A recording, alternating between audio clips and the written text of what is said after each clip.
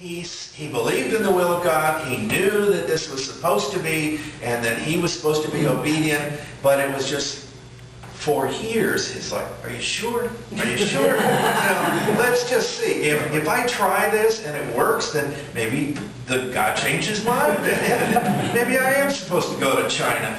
But his actions, again, were to follow what his orders were. And so that's another insight into his personality, is that he's not a rebel. He's somebody who is very strong-willed, but somebody who has faith in the system, and there is order to the universe, and this is what I'm supposed to do. And so I'm going to put 100% into it, even though I might keep trying. And so while he's waiting in Cadiz, just before the ship sails, a huge comet shows up in November, December, January, February, March 1680, 1681. And this is an amazing comet, and because it's visible for so long and so close to the Earth, everybody is writing about it. And in those days, a comet had a portent, an omen. A comet was seen as something that is forecasting something, usually disaster. And so all of the writers, astronomers and astrologers were kind of lumped in together. There were professors of astrology in the University of Mexico City. And so these two were not separate. Kino, of course, the mathematician, would know and did observe the comet, and he wrote about it to the Duchess. You know, I observed it at 7 o'clock and 8 o'clock and 9 o'clock on this particular evening, and it was visible unless the skies were cloudy that night. And he wrote down the numbers, so he was plotting the arc of this comet. But he also wrote that it did signify disasters, calamities, floods, famine, disease, hardships for people. So we have Kino the scientist and Kino the spiritual faithful. And but what he did say was the comet is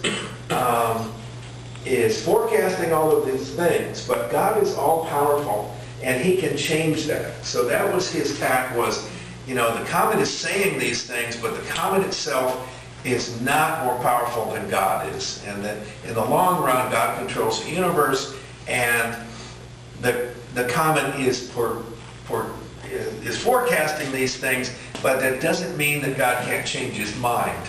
So he had that idea, and then he sails and arrives in Mexico, and he makes friends with a scholar, Don Carlos Sigüenza y Góngora, and he is Góngora. And Sigüenza, his last name, Sigüenza has written a treatise on the comet. And Sigüenza is a follower of Johannes Kepler. He is a professor of astrology, but he is a scientist. And of course, Kino links up with him right away. They become very good friends. But Sigüenza writes this treatise, and his treatise says there's a lot of people out here saying that the comet means disaster and it is forecasting these things, and it is nothing but a physical, scientific body traveling through the skies. Well, not very popular with the general scholarship of the day. Kino writes a book of his own, and this is 1681. One of the books says one of the earliest scholarly works in North America. Of course, Harvard was founded in 1636, so there are other scholarly works. But as far as New Spain, there aren't a lot of scientific books being written. Kino's book says this is definitely a comet. It does forecast calamity and so on. And so he's going directly against Sigüenza and his scientific treatise. And he goes a little farther, and Kino says anybody that doesn't see this is an idiot. And so, ever seen any scholars get into it like this? This is, you begin to see, as I say, not all scholars are the same, but when you start to see scholars fight, you know. The ones that do it the worst are the tombstone scholars. They just really get at each other, and they call each other names, and they do all this. Well, Siguenza had a patron, and she was the wife of the viceroy. And now Siguenza is really looking bad because Kino has pretty much said he was an idiot in front of, Kino dedicated his book to the viceroy and his wife. And so Siguenza comes out with another book. But before he does, legend has it, historians always skate with that kind of a word, legend has it, in one of the books, probably quoting Siguenza, Kino is now, he's been in Mexico City, he has now gotten an assignment to go with the Atondo expedition to Baja California, his first mission. He's going off to Baja, and as legend has it, he goes to his friend Siguenza, who doesn't know that Kino has been writing this book about the comet. And Kino goes to Siguenza and says, what are you working on right now? Siguenza says, well, nothing very much. Kino hands him his book and says, read this, then you'll have something to write about. Indeed, Siguenza does read it, and he writes a diatribe just chopping Kino to ribbons. And this is in the 1680s. Scholarship was not cut and dried. Of course, now it's pretty much the same, but it's a little bit more veiled. I mean, Siguenza went to the point where Kino's math was wrong, and by the way, he borrowed some maps from me, and he never gave them back. And this is a personal affront, and so on and so forth. So, meanwhile, Kino is off in Baja. He has given up the scholarly life almost. One day he's a scholar, the next day he's a missionary. It's that cut, you know, it's okay, we're on the road now. You finish your comet book, and now we're going.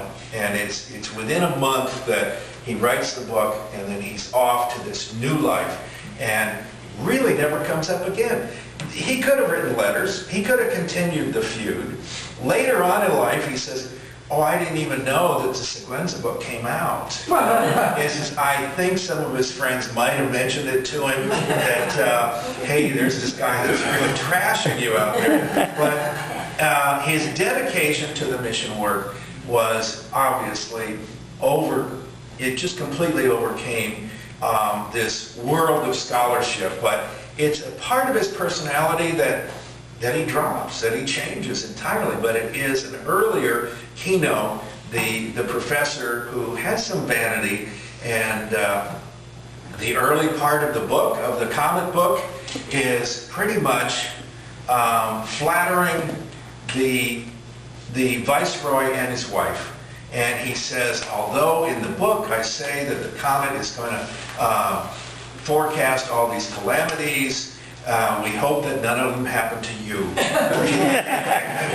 And that God will protect you. And this is kind of the scholarship of the day. If you read the reports of Cabeza de Vaca or anyone else, you have to start with a whole chapter on how great the patron is and how wonderful the people who made it possible for me to, thanking all the little people, well, thanking the big people, really. But that is his last hurrah with scholarship. Now, at this point, there's a situation where he gambles. They call it pious gambling in some of the books, but he has come over with another priest named Kirschpalmer, and later on that name is changed to Cirelos. I don't know how you get Cirelos from Kirschpalmer, but the two of them, there are two missions that are available. One is to the Philippines, and one is to Baja California. And of course, Kino is looking at the Philippines, the gateway to China, so he wants to go. So they cast lots. They draw, a piece of paper with a circle on it versus a blank one or something like that. and Kino loses. And so he goes to Baja, and Kirschbaum goes to the Philippines. And in some of the earlier books, this gambling takes place while they are still in Spain. But everything that I've read recently has it after they're in Mexico. So that's another one of those where the book picks it up and then it gets repeated and repeated and repeated, and we think that it's happening before he comes to the New World, but it happens afterwards. That's what I read. Yep, that it happens afterwards. Oh, in Spain? Yeah. No, I'm pretty sure I can find you some stuff that they're already in Mexico City, and so it's another example of Kino's not shutting that door on going to China. He really wants to go, and he even sees the mission to Baja as a way to protect that coast and eventually make it a stepping stone. So Baja is another instance where he's going to pave the way to eventually get to China, but he never wavers from following orders. So he does go to Baja, and that one is kind of a disaster with the military versus the missionary, and that has been the cross and the sword. I don't know whoever phrased that.